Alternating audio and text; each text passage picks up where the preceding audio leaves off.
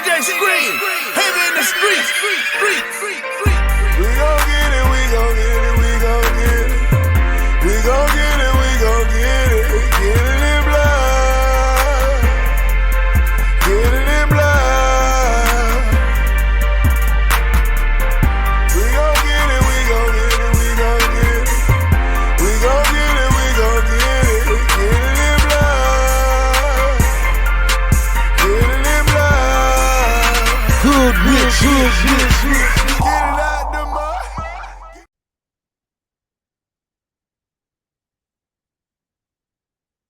Good evening, everyone, and welcome to Saints and Appetizers podcast.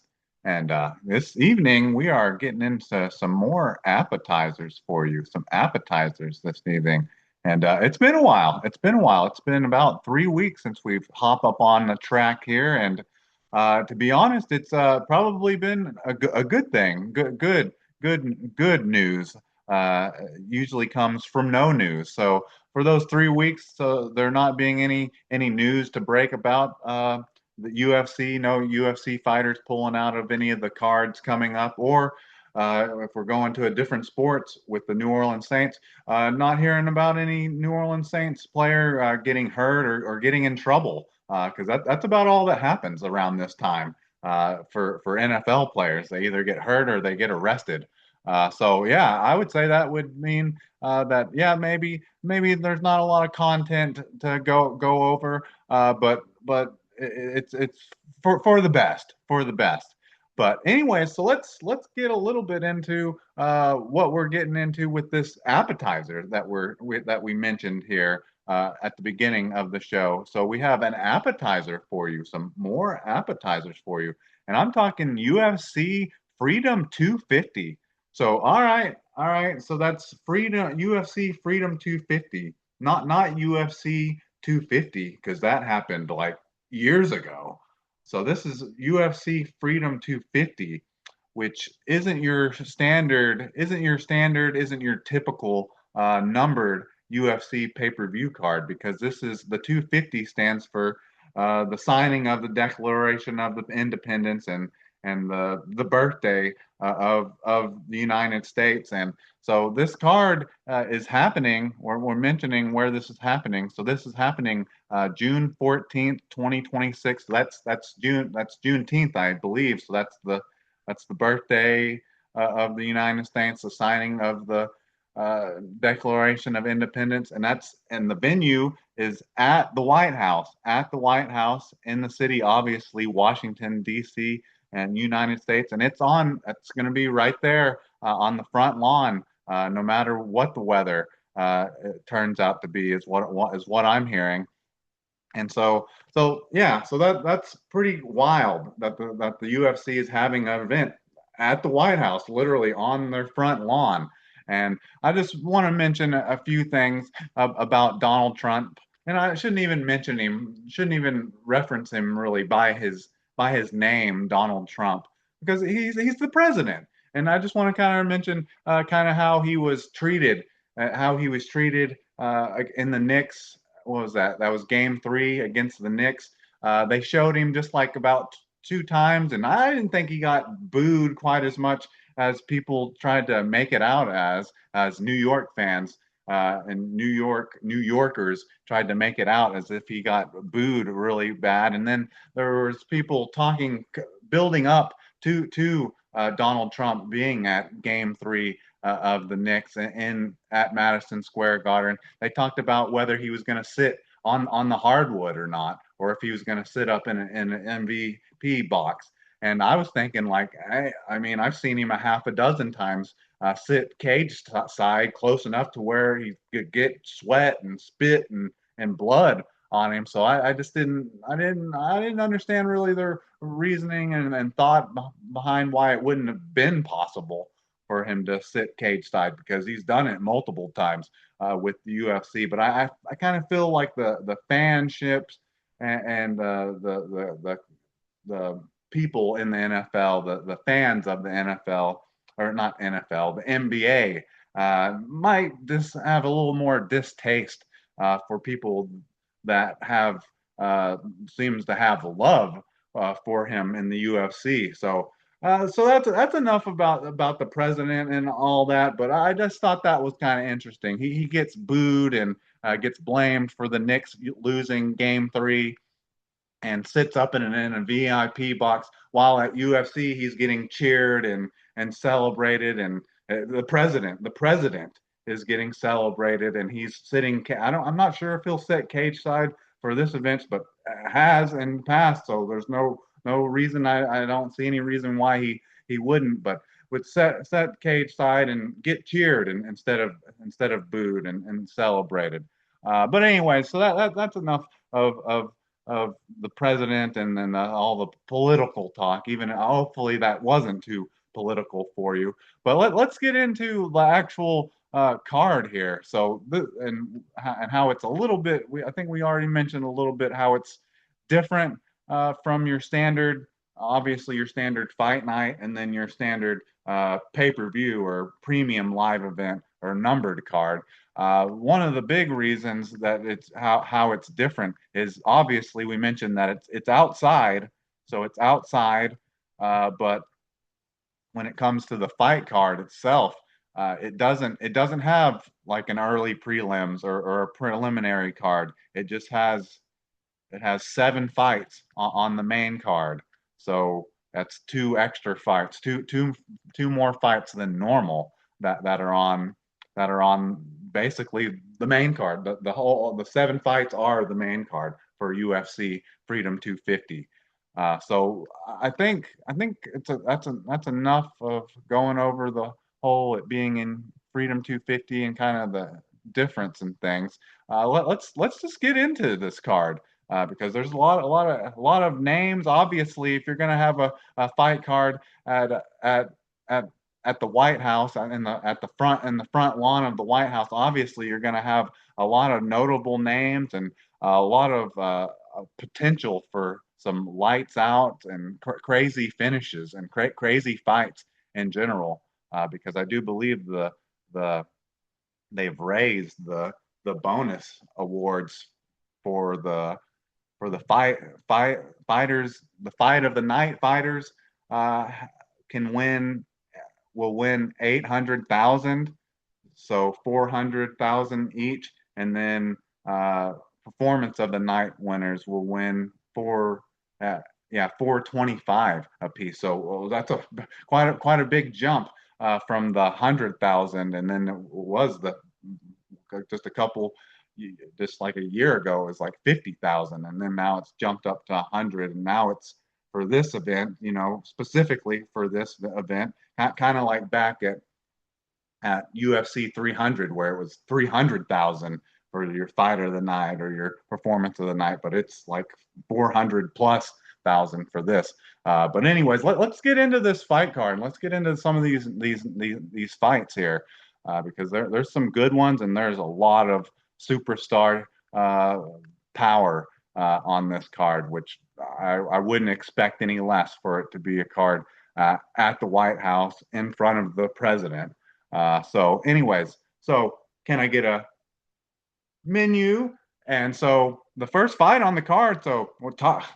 Could you imagine being a curtain jerker for the fight uh, at the White House on the front lawn of the White House is just crazy. And something before I always get kind of ahead of myself is the start time for this card. So we're mentioning the curtain jerker now, the featherweight bout between Diego Lopez versus Steve Garcia. But the start time for this card is 8 p.m. Eastern, 7 p.m. Central time. So it's even an hour earlier. If you're calling the whole event the main card, it's even an hour earlier than numbered cards are now. So that's kind of nice, which makes sense because there's 2 more fights. But hell, they were starting cards at 9 Central, 10 Eastern, just like about a year ago. So it's nice having this starting early like it is. So there's your time, your time start times. But anyway, so let's get into the curtain jerker for this card. So this is the featherweight bout between Diego Lopez versus Steve Garcia.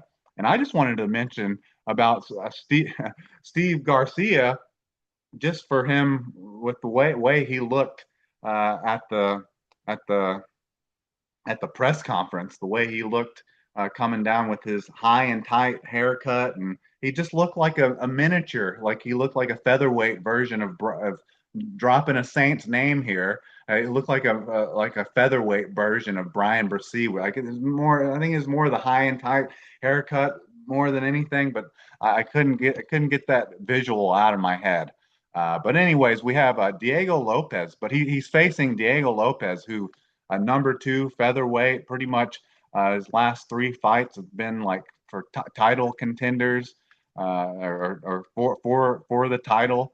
Uh, so this is, you have to admit that this is a bit of a step back in competition for Diego Lopez and Steve Garcia. But we know Diego Lopez is a great striker, but he has just a rounded game. But that's striking is definitely probably the top of it. But he has such a well-rounded game in regards to getting stoppages with knockouts and submissions. So he's just your total package really at at at at featherweight. But we mentioned some of his recent losses here. He is 3-2, yeah, 3-2 in his last five fights, and the two losses are to the featherweight champion Alexander Volkanovski, who he lost. You know, I wouldn't say he got dominated. He lost two fight at a night, unanimous decision losses to Alexander Volkanovski, and in between that, he had a impressive spinning back elbow and punches on Jan Silva that set up the rematch against Alexander Volkanovski, which I don't know, that felt like that may have been a little bit too early. It had like too soon to have the rematch, to where now he lost that, and now it seems like he's really having to work his way back with with this fight against Steve Garcia, who's only ranked ninth, which is ranked ninth. You know, show some more respect than that, but is ranked ninth, and a loss to Steve Garcia would be a pretty bad, would be a bad thing for his career. While on the other end of the spectrum, it would be like it would possibly catapult Steve Garcia maybe into a title contender, or maybe a title eliminator bout, if this already is not looked that way for him.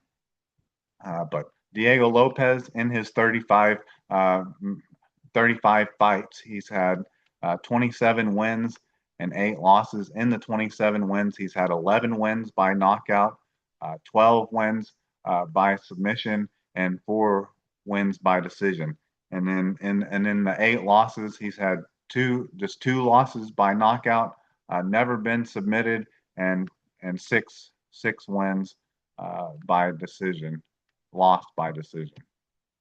And so he is facing Steve Garcia, featherweight. Steve Garcia, mini Brian Bracey here is who he's facing. And we already mentioned that he's the ninth overall rated featherweight. And he's coming in here on a pretty big winning streak, I believe. Yeah, he's coming in here on a 7-fight winning streak, all in the UFC as well, and all of them except one came by way of knockout, which was 2 fights ago against Kevin Cantor, which went all 3 rounds, 15-minute round fight against Kevin Cantor. But all those other fights were KOs or TKOs, and in this seven fight winning streak that he's on, which is pretty impressive.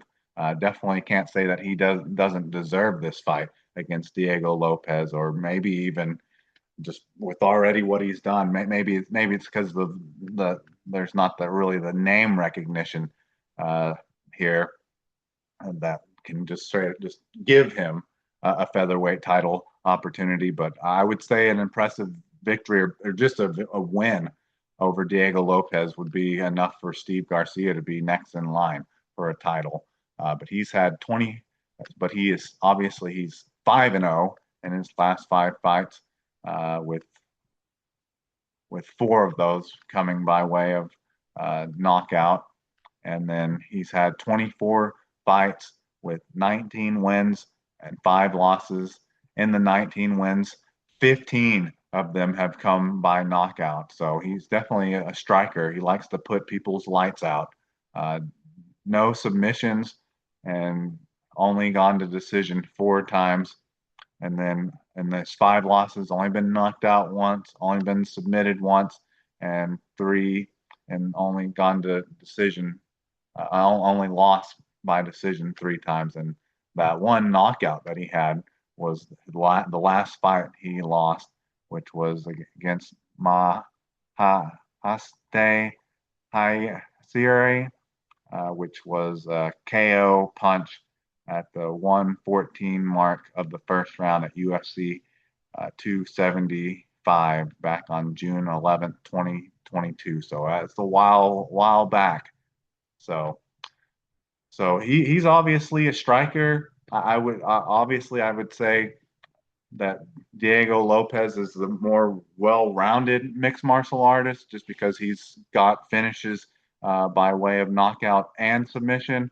But Steve Garcia he's on a hot streak with the 7-fight winning streak. So this is a bit of a hard fight, and should be a very intriguing fight, definitely, and could upend Diego Lopez's career a little bit. Could possibly send him to the back of the line if he doesn't win this fight. But in this featherweight bout between Diego Lopez versus Steve Garcia, I gotta go with Diego Lopez, because we've really only seen in Diego Lopez here recently, since he's been in the top 5 in featherweights, is that the only person that's solved his puzzle or could figure him out, and that's just like not even like in a dominant fashion, hasn't been able to finish him, is the champion Alexander Volkanovski. So I'm going with Diego Lopez to beat Steve Garcia. I don't think he's going to dominate him. He's maybe not going to finish him or anything, but he's gonna keep his number 2 ranking at featherweight. So I'm going with Diego Lopez to beat Steve Garcia by way of decision. All right, now then, on to the second fight on the card. We have a middleweight bout between Bo Nichols versus Kyle Daukaus. And so Bo Nichols, he's coming back from had that rough matchup against Renner de Ritter, and then he had a kind of a get back fight against Rodolfo Vieira. He ended up, which was wild because he ended up winning it by strikes with a head kick KO, which is how he just absolutely got dominated by Renner de Ritter with strikes, with knees to the body, and just absolutely folded against him, and just looked completely different than what people thought he was, as like a unstoppable force in the ground game. But got his get back win by way of knockout. But Bo Nichols, he's a great wrestler. That's what he's definitely known for. And he is 4-1 in his last 5 fights, with the one loss being to Renner de Ritter. And we talked about how he's on a 1-fight winning streak over Vieira. And in his 9 fights, he has 8 wins and 1 loss. In the 8 wins, he has 3 wins by knockout, 4 wins by submission, and 1 win by decision. And then in the 1 loss is that one KO, that TKO loss to Renner de Ritter, where he took that knee to the body and just folded against the cage, and then never been submitted, never been Uh, never lost by way of decision either. So Bo Nichols has only been his puzzle's only been figured out by one fighter.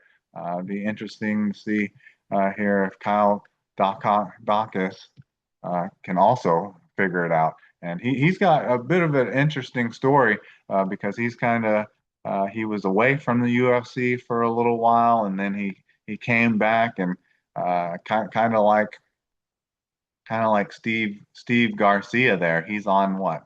He's on a he's on a 6 fight winning streak. But the difference is the last yeah, yeah 4 of those 6 fights came at Cage Fury. Uh, and then he's had 2 UFC fights against, I would say, lesser talent than Bo Nichols and Michael Pereira, KO punches and elbows, and then seems like just the go around, get definitely a get back guy for a lot of guys in regards to trying to see if they can get an impressive knockout or submission over a guy in Gerald Mearshart, which he Barbaro choked him at the 52nd mark of the first round at UFC 322. But before he got back into the UFC and before he had his little run in Cage Fury, he was on a little bit of a losing streak in the UFC. Had been knocked out twice by Rome Dolunze, knee and punches, and Eric Anders TKO punches. So interesting. It's always interesting when a guy it comes from different organization to fight, and then they come back after looking impressive in a lesser organization, and then I know that he's had 2 fights here in UFC, but they're not against the highest rated guys in the world. Is my issue there. But Kyle Dacus, has a ground game too. So this is kind of like ground versus ground with Kyle Dacus versus Bo Nichols, because he's had 22 fights with 17 wins and 4 losses. In the 17 wins, he's had 2 wins by knockout, 12 wins by submission. So showing that ground game and that dangerous submission game that he has. And then 3 wins by decision. And then in the 4 losses, he's been knocked out twice, never been submitted. So shows that he has good submission defense. Two losses by decision, and then just the one no contest. This would be exciting. This should be a good fight in regards to who shoots first, who tries to go for the takedown first. Because as you know, every fight starts standing. So that I think that'll be what we try to figure out in this fight, is who's the better striker and who feels the need to go for the takedown first. But anyways, in this middleweight bout between Bo Nichols versus Kyle Dacus, I think I'm going to go with Bo Nichols. I feel that he's fought tougher talent, and he hasn't spent time outside the UFC, and I just don't feel overly confident in the 2 recent UFC opponents that Kyle Dacus has had.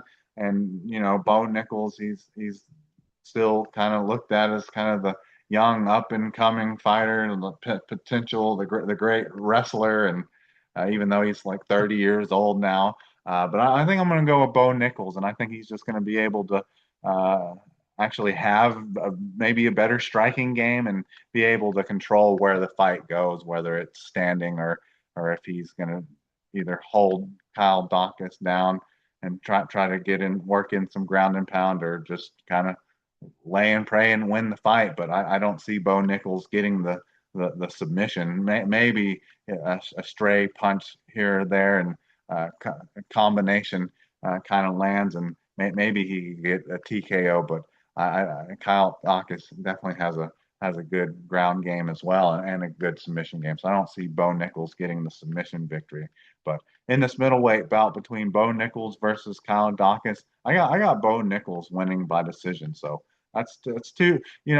UFC Freedom 250. It's built up to be such a wild and crazy fight with so much potential in the fights and all that. And hell, right off the bat, we start off with two decision victories by Diego Lopez and Bo Nickal. I think we're about to get out of that here in the top five. What in numbered cards we would call the main card. Now onto the main card, the top five fights of the card. We have a lightweight bout between Mauricio Rufy versus Michael Chandler. And so Mauricio Rufy, I think this is another fighter that has a lot of finishes and was on a pretty impressive winning streak there for a while.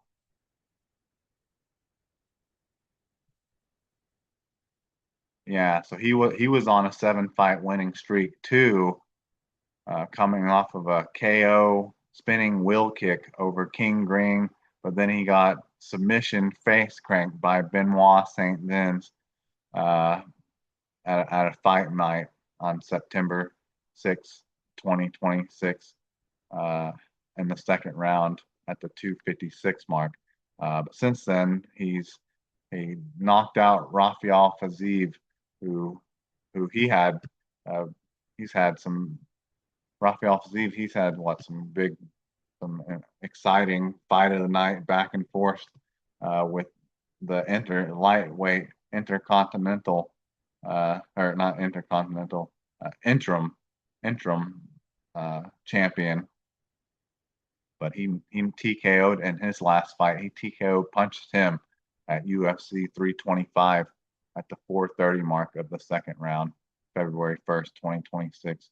And he is just a knockout artist coming off the the the KO spinning wheel kick also of King Green, which that was like KO of the not knockout of the year, one of the knockouts of the year in 2025. But he has 15 fights in his career with 13 wins and 2 losses. In his last 5 fights, he's 4-1, and on that one fight winning streak over Rafael Fiziev.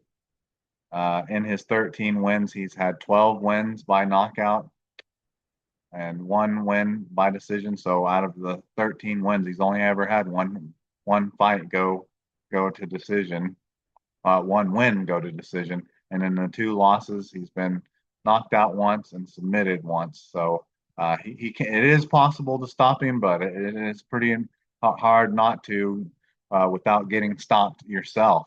And so that seems like that's a pretty hard challenge for Michael Chandler, who just really, if you're being honest with yourself, hasn't been really that impressive in his UFC career in regards to the win losses record. Like he's had some exciting fights and been in some fight of the night performances, but just not a lot of wins in regards to Chandler. And he's 40 years old now, turned 40 back in April.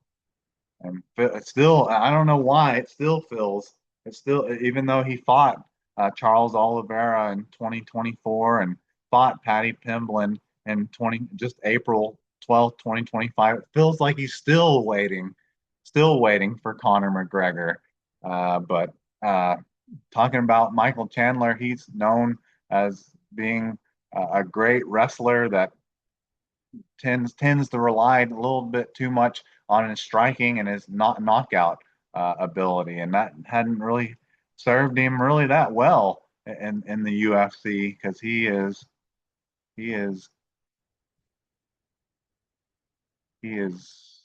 1-4 in his last 5 fights in the UFC, and he's only ever won. He's only won 2 fights in his entire UFC career, which is made up of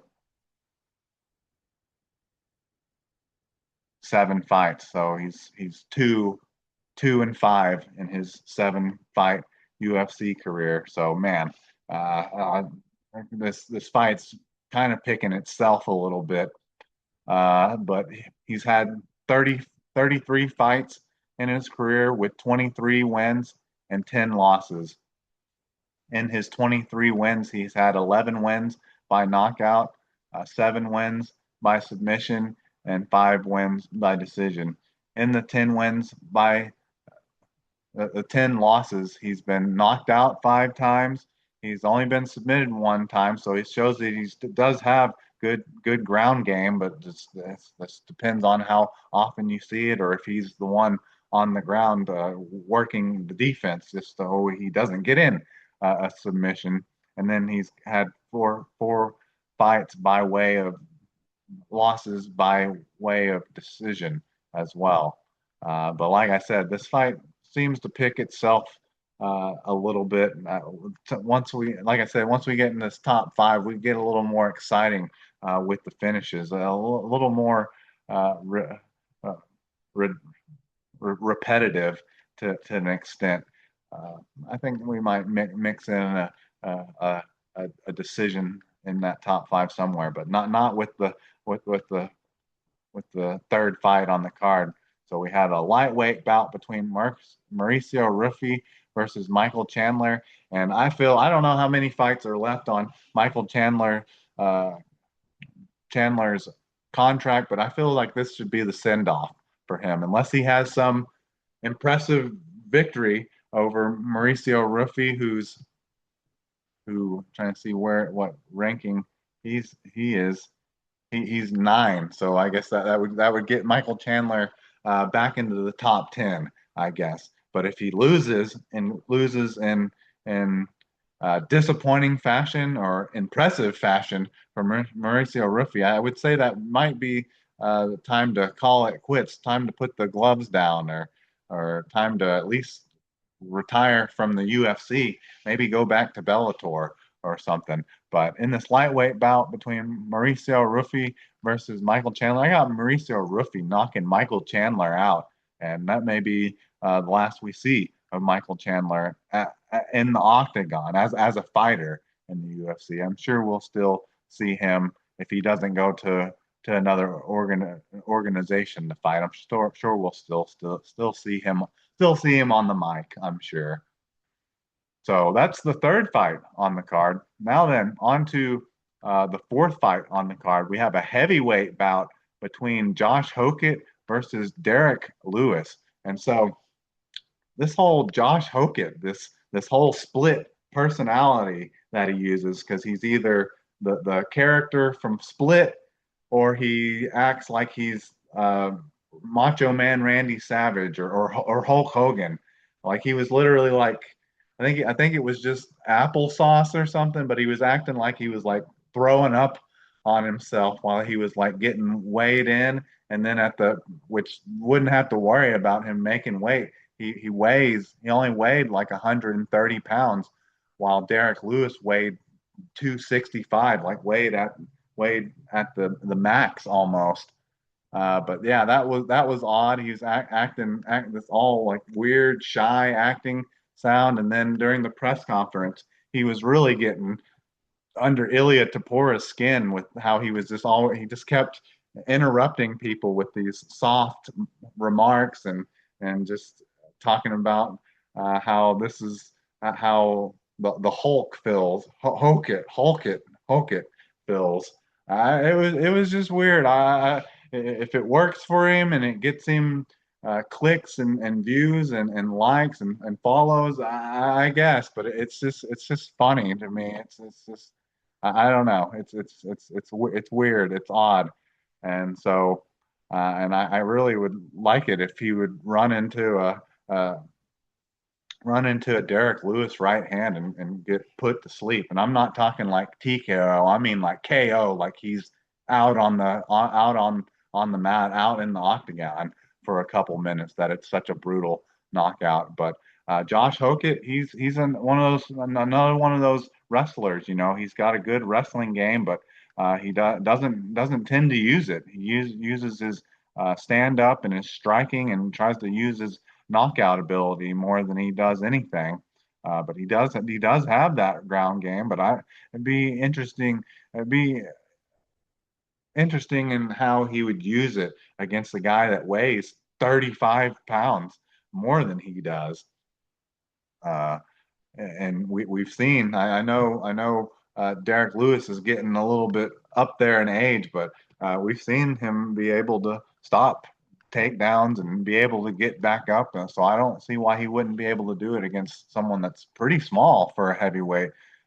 In Josh Hokett, there's been talks, people suggesting that maybe he should move down to 205, and I could definitely see that.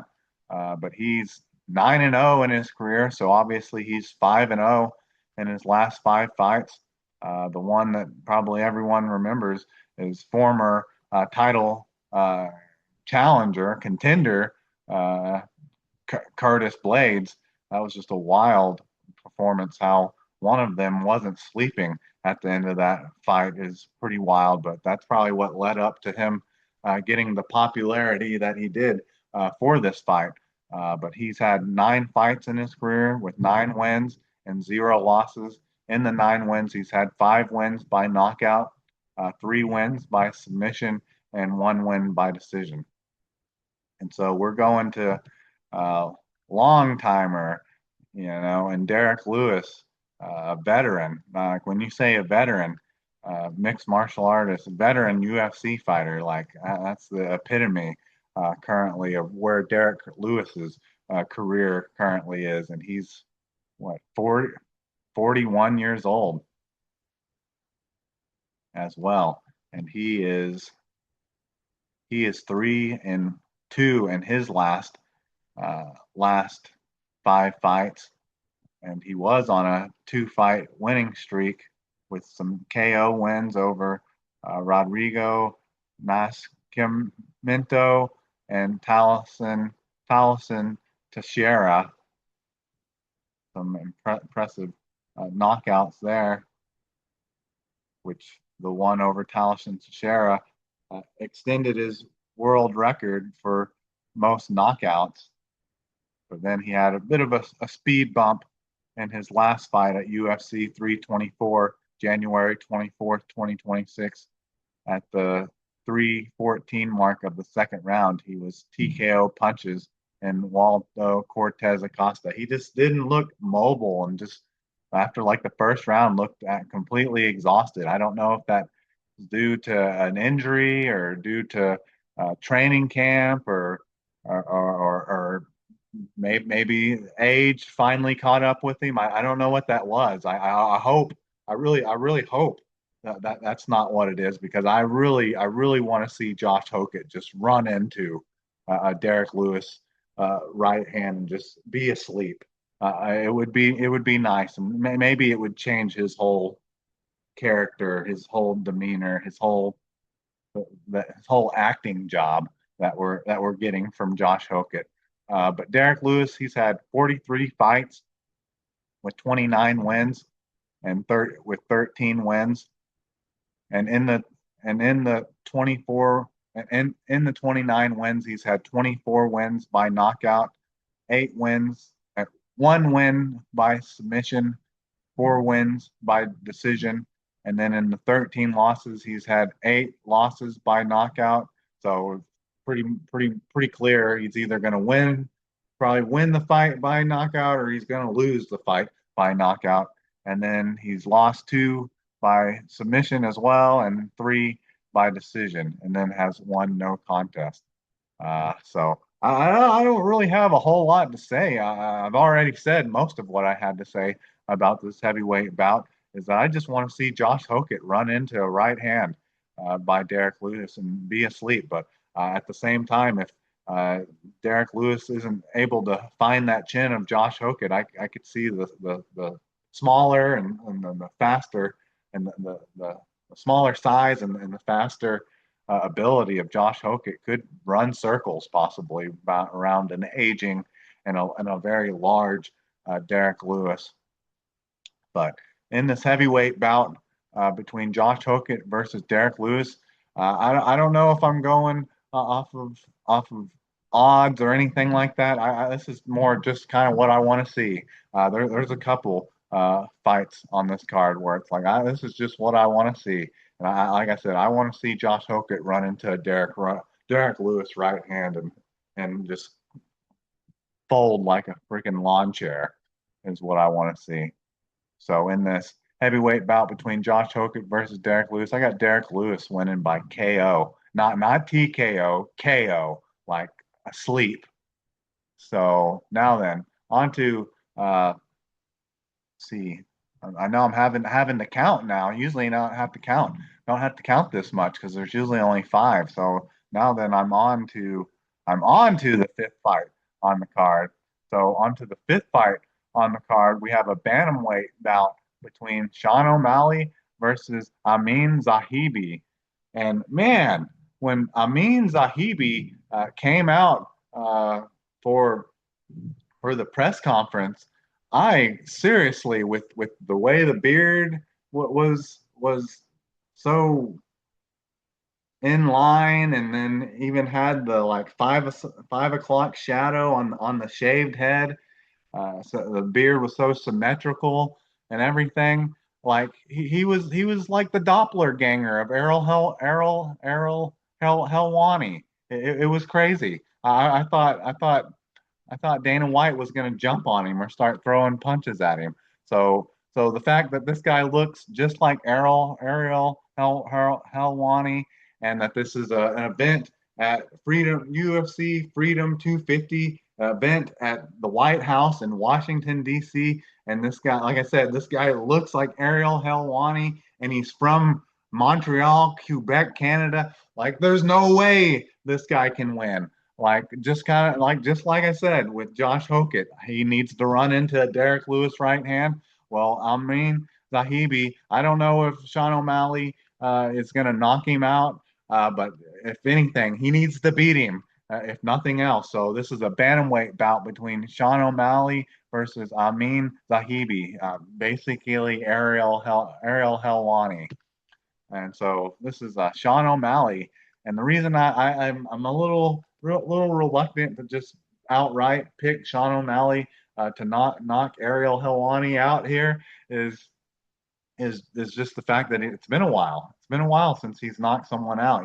Since he's really moved up in competition and been title eliminator fights and title fights and defending the belt. It's not quite. It's not as easy not knocking people out at this level, which he is the number three ranked bantamweight, and so he is.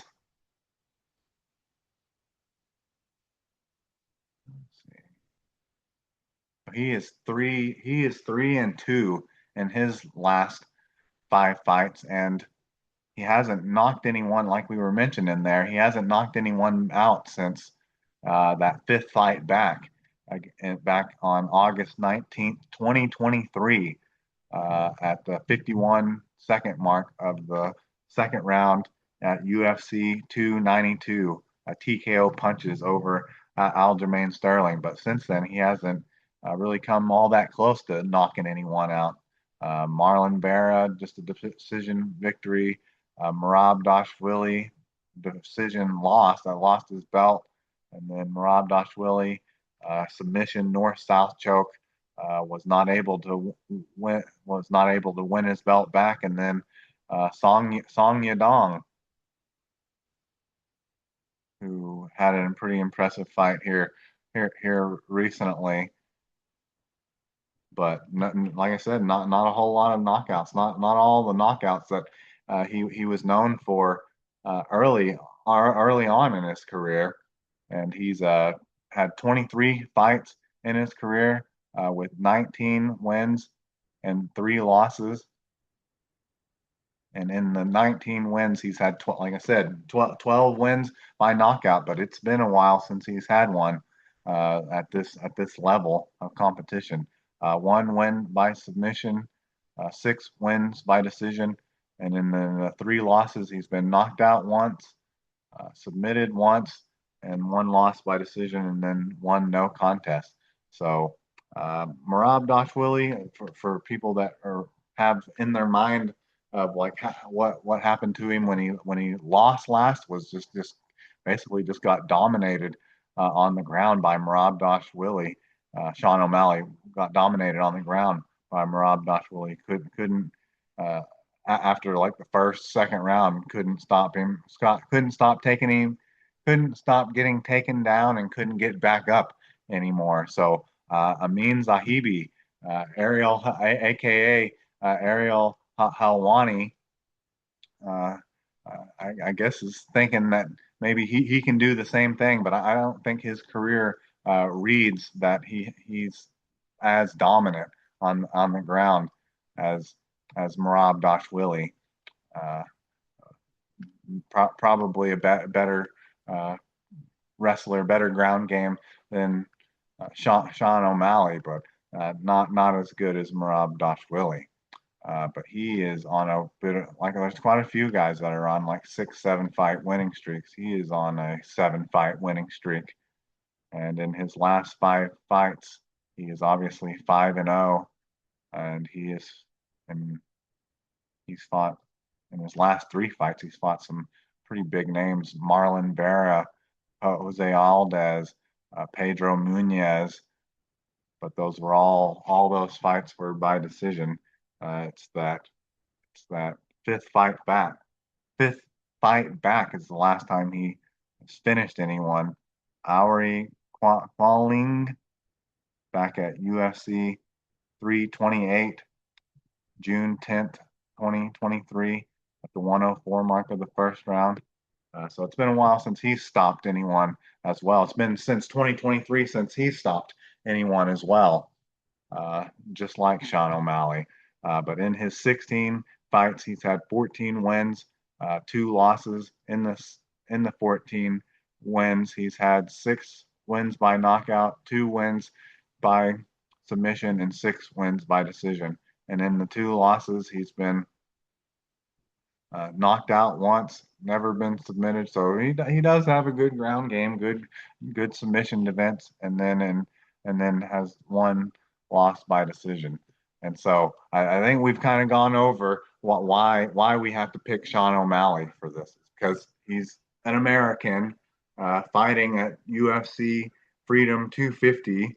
Like he has like, and he's fighting the only Canadian on the card. So I mean, like he has to win. He has to win. But I just feel that there's not going to be a finish in this fight, just because it's been a while. It's been close to 3 years since either one of these guys has got a finish, whether it be submission or knockout. So Sean O'Malley, you're America, as all I got to say for this card. I could definitely see that Zahibi is on his level, but not tonight, not for tonight, and not for this venue.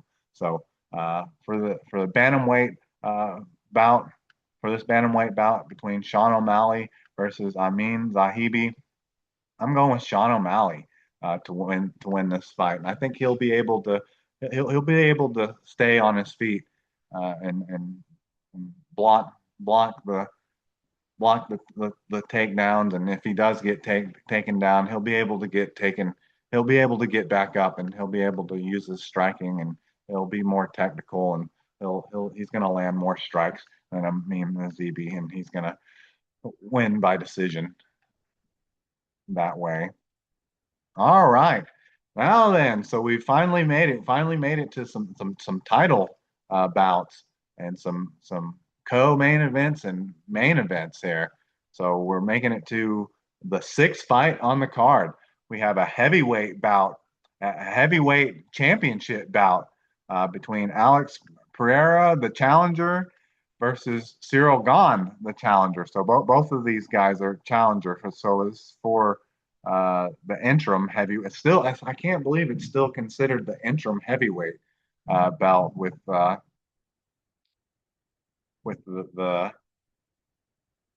other let's see, with yeah, with Tom Aspinall still in weight.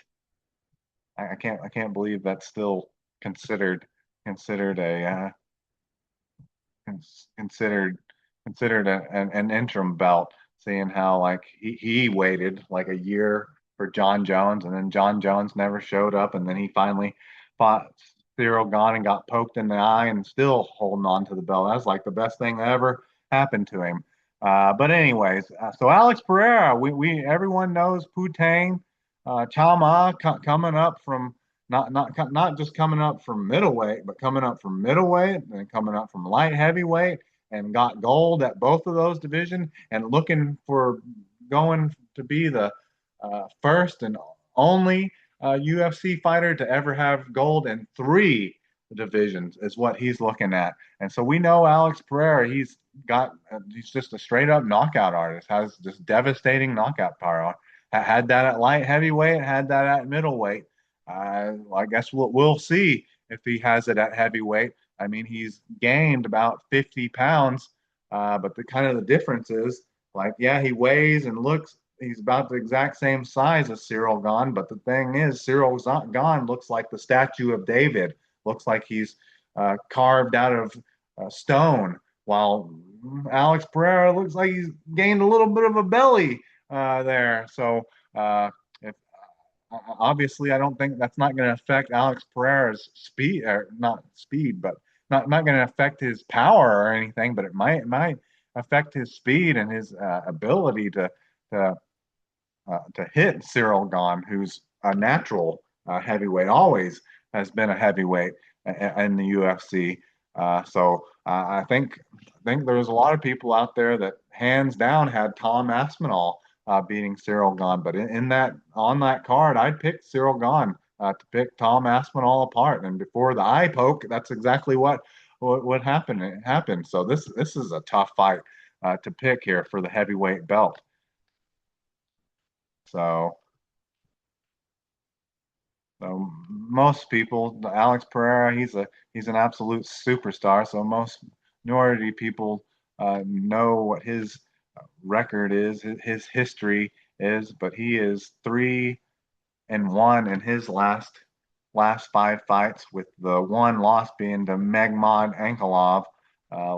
Lost the heavyweight championship, and then won it back with in his last most recent fight at light heavyweight.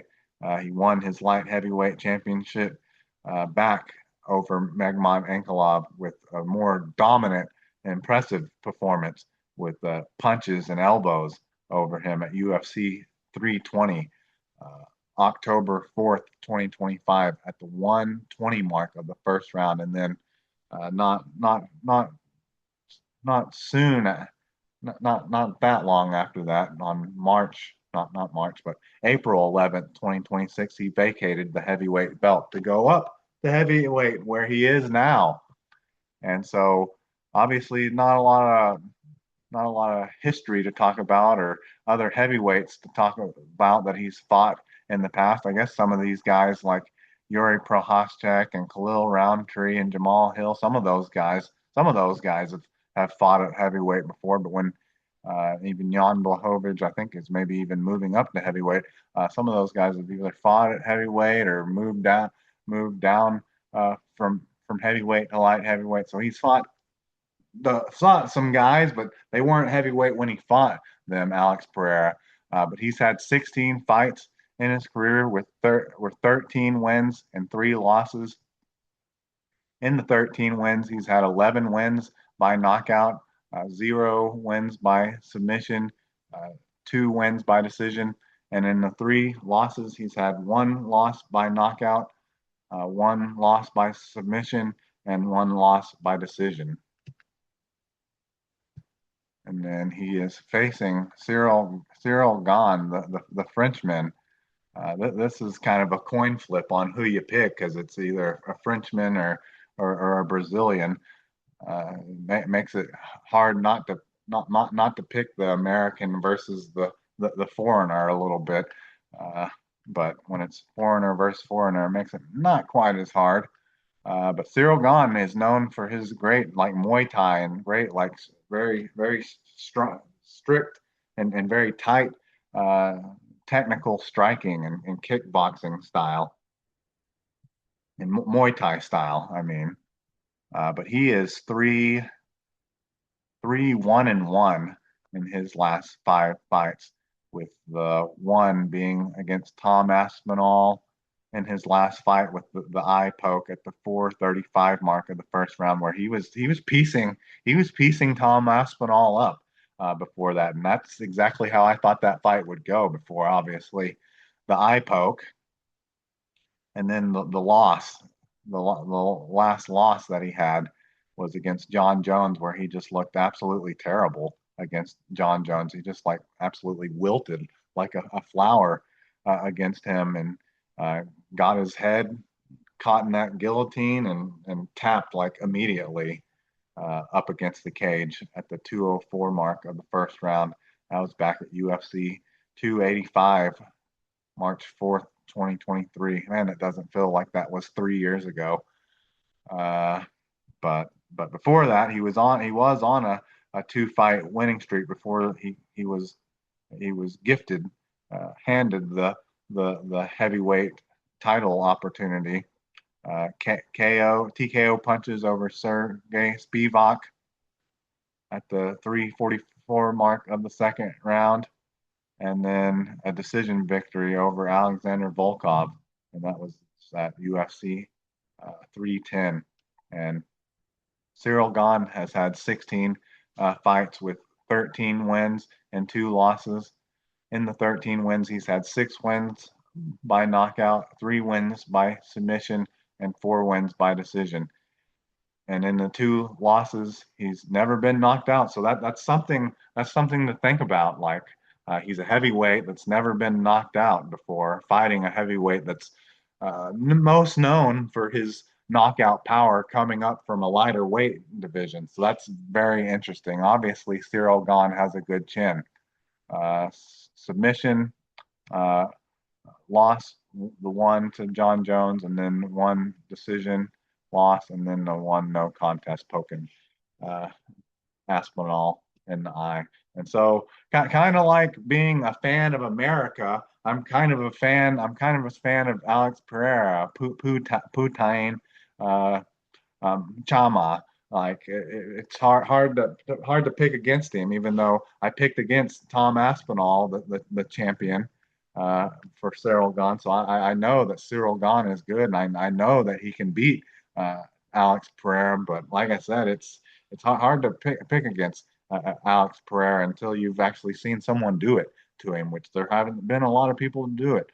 Same thing, but you say the same thing with Cyril Gane. And we mentioned seeing them next to each other. Uh, Alex Pereira, he's put on the weight, and he looks the right size, but to compared to Cyril Gane without a shirt, there's a little bit of a dad bod pot belly kind of growing there, and I just it scares me into thinking that maybe he's going to be too slow for Cyril Gane. And Cyril Gane's going to be too technical and just maybe strike circles around him at heavyweight. But that's not what I'm hoping for, and that's why I'm going to still, even with my knowledge of Cyril Gane, I'm still going to pick Alex Pereira to win this fight and become the first 3-time UFC championship champion.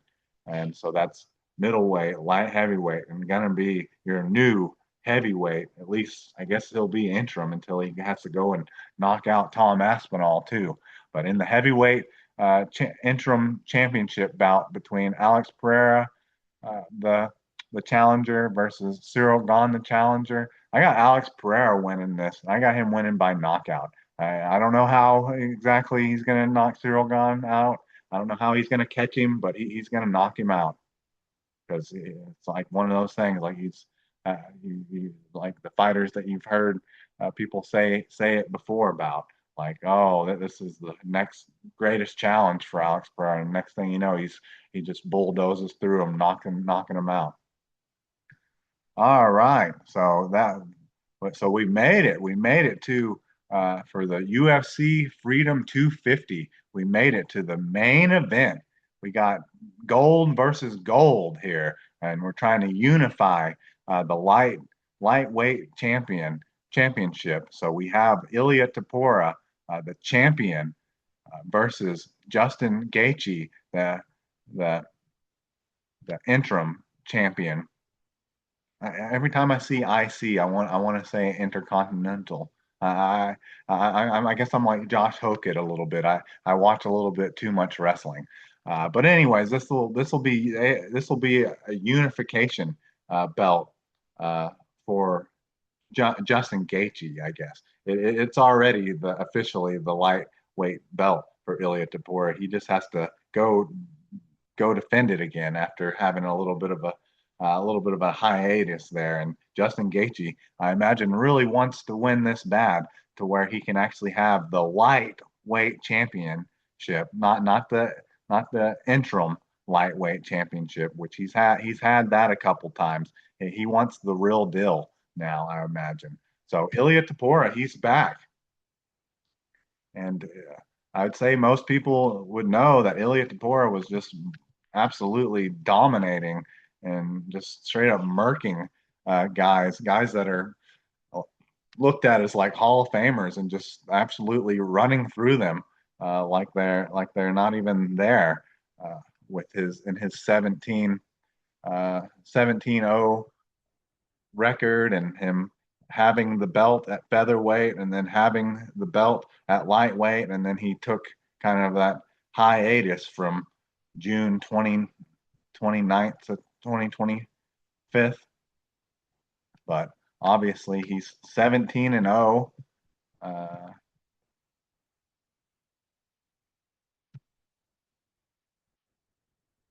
And 9-0 in the UFC.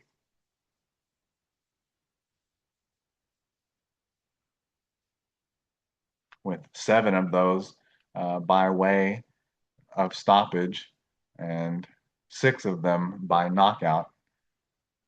So he is obviously 5-0 in his last 5 fights, and that's over guys like Charles Oliveira, Max Holloway, knocking him out for the first time, Alexander Volkanovski, KO in him, Josh Emmett, and then Bryce Mitchell, arm triangle choke.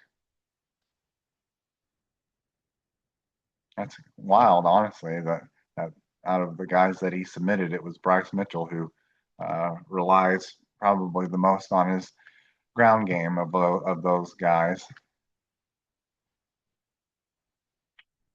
So has had 17 fights with 17 wins and 0 losses. In the 17 wins, he's had 7 wins by knockout, 8 wins by submission, and 2 wins by decision. And you'd think that'd be a little misleading when you see and hear about how great of a knockout artist Ilia Topuria is and how great and technical and tight boxing that he has. That he has actually more submissions than he has knockouts. I know it's just by 1, but still, that's pretty impressive. And then obviously, the 0 losses, never knocked out, never submitted, never decision lost.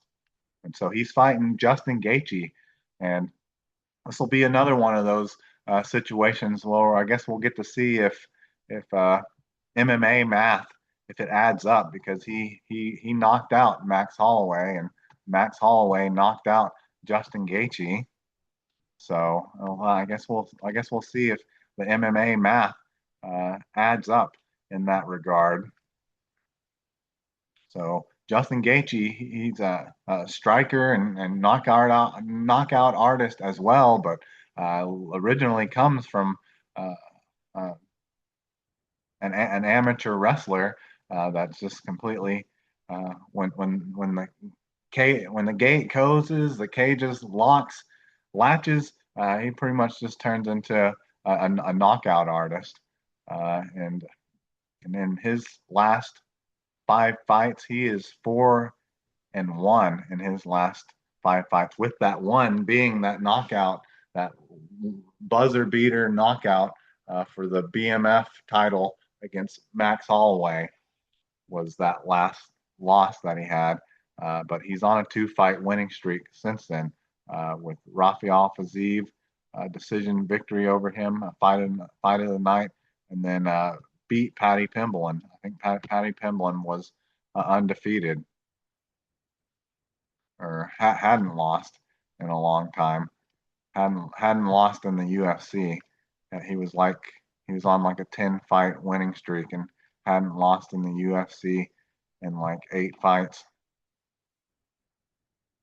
and 7 fights. He was on a 9-fight winning streak and a 7-fight winning streak in the UFC before he ran into Justin Gaethje, who just it was a decision. It was decision victory, but it was pretty dominant by Dustin Gaethje in regards to the fact that he dominated, controlled the fight and beat Paddy Pimblett anywhere that fight went, either standing or on the ground. But Justin Gaethje, in his 32 fights, he's had 27 wins with 5 losses. In the 27 wins, he's had 20 wins by knockout, and then just one win by submission. Even though that's where his mixed martial arts, his fighting history like starts as a ground game in regards to technical wrestling, amateur wrestling.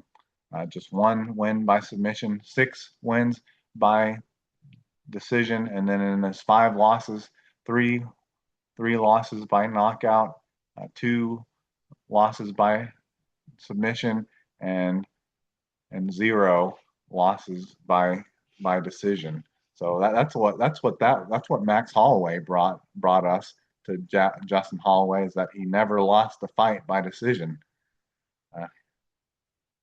So Ilia Topuria, like I said, the MMA math is not calculating and doesn't look good when you look at it from afar for Justin Gaethje, just in regards to the type of guys that Ilia Topuria has beat, but in the fashion that he's beat them.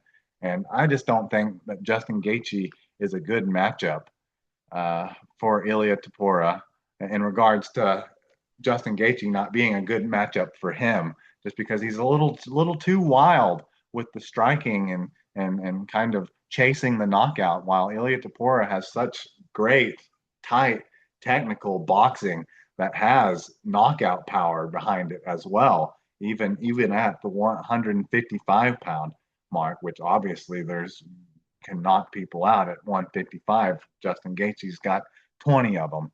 But I just don't think that's a good matchup for Justin Gaethje. I just think he's gonna get knocked out. He's gonna run into one of these wild not even wild combination, but one of these clean, crisp 4, 5, 6 strike combination and get put to sleep by Ilia Topuria is what I'm seeing in this fight. So in this lightweight championship bout between Ilia Topuria, the champion, versus Justin Gaethje, the interim champion, I got Ilia Topuria winning this by knockout.